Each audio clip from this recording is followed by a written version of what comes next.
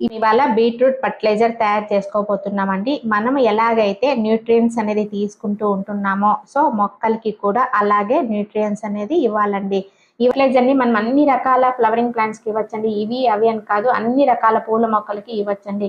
Fertiliser ఎలా తయారు చేస్తున్నామంటే, ఇంట్లో మనకి ఏదైనా మిగిలిపోయిన బీట్రూట్ ఉంటే అవి 1, 2 ఉంటాయి కదా, వాటిని పడేయకుండా ఇలా మంచిగా మనం లిక్విడ్ ఫర్టిలైజర్ తయారు చేసుకోవచ్చండి. మనం మార్కెట్కి వెళ్ళినప్పుడు పక్కన కూరగాయల వాళ్ళు డల్ అయిపోయినవన్నీ పక్కన పెట్టేసి ఉంటారు కదండి, వాళ్ళని అడిగినా కూడా మనకి ఎన్ని కావాలంటే అలా ఇస్తారండి. అప్పుడు మనం ఇలా తెచ్చుకొని మంచిగా లిక్విడ్ ఫర్టిలైజర్స్ తయారు చేసుకోవచ్చండి. వీటికి పీల్ తీయనవసరం లేదండి, అలాగే మనము లిక్విడ్ ఫర్టిలైజర్ తయారు చేసుకోవచ్చు. ఇలా చిన్న చిన్న పీసెస్గా కట్ చేసి మిక్సీలో వేసామనుకోండి, బాగా గ్రైండ్ అయిపోతుంది.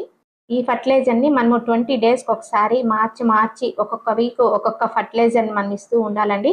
సమ్మర్లో కూడా మనకి హై టెంపరేచర్లో కూడా మనము ఇలాంటి ఫర్టిలైజర్స్ ఇచ్చేదాని వల్ల మన మొక్కలు గ్రీన్